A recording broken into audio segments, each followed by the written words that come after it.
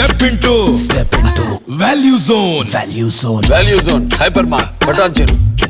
Mangalagiri MLA RK రాజీనామా వెనుక ఎవరున్నారు? వైఎస్ షర్మిల కోసమే తాను వైసీపీకి రాజీనామా చేశారా, లేదంటే రాజీనామా చేయమని షర్మిలనే ఆర్కేకి సూచించారా? ఇప్పుడు ఇలాంటి చర్చ ఏపీ రాజకీయాల్లో జోరుగా సాగుతోంది. షర్మిల ఆంధ్రప్రదేశ్ రాజకీయాల్లోకి వస్తే తాను ఖచ్చితంగా షర్మిల వెంట నడుస్తానని చాలా క్లియర్గా చెప్పారు ఆర్కే.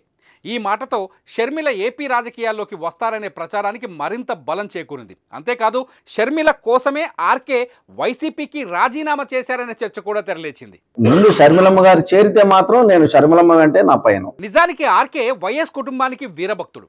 వైఎస్ జగన్మోహన్ రెడ్డి కోసం ఎంత దూరమైనా వెళ్లే మనిషి. అలాంటి వ్యక్తి ఎన్నికల ముంగిట తాను నమ్ముకున్న వైసీపీకి రాజీనామా చేయడం సంచలనంగా మారింది.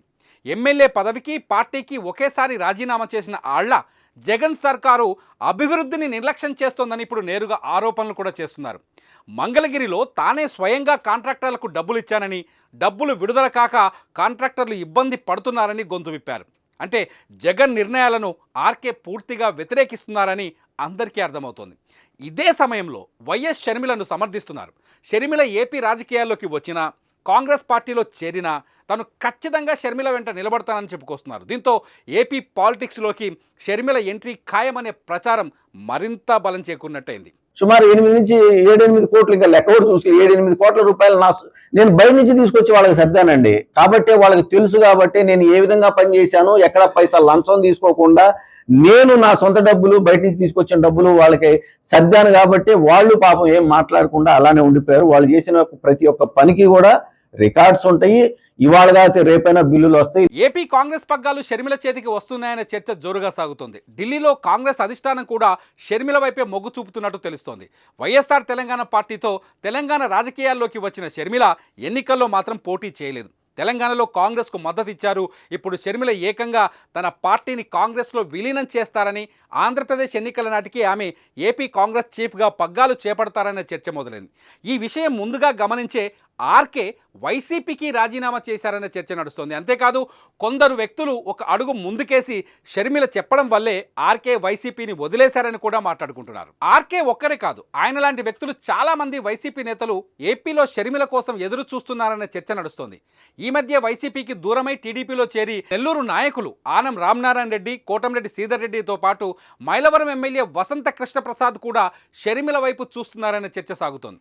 షర్మిల కాంగ్రెస్లోకి వచ్చినా, ఏపీ కాంగ్రెస్ పగ్గాలు షర్మిలకు అప్పగించిన వీళ్ళంతా కాంగ్రెస్లో చేరి షర్మిల వెంట నడవడానికి సిద్ధంగా ఉన్నారనే చర్చ కూడా కొనసాగుతోంది. అంతేకాదు కొంతకాలంగా సొంత పార్టీపై అసంతృప్తితో ఉన్న బాలినేని కూడా షర్మిల వైపు వస్తారనే చర్చ ఇప్పుడు రాజకీయాల్లో కొనసాగుతోంది.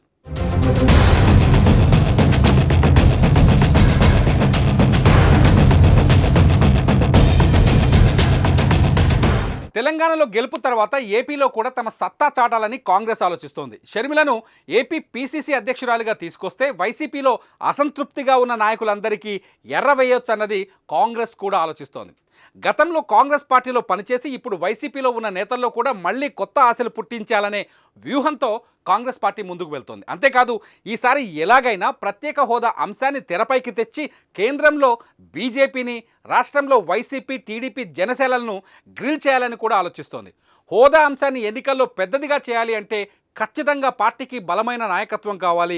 అందుకే కాంగ్రెస్ కూడా షర్మిల వైపు చూస్తున్నట్టు ప్రచారం జరుగుతోంది. ఒకవేళ షర్మిల కాంగ్రెస్ పార్టీలో చేరితే ఏపీ ఎన్నికల్లో ఊహించని మార్పులు జరిగే వీలుంది.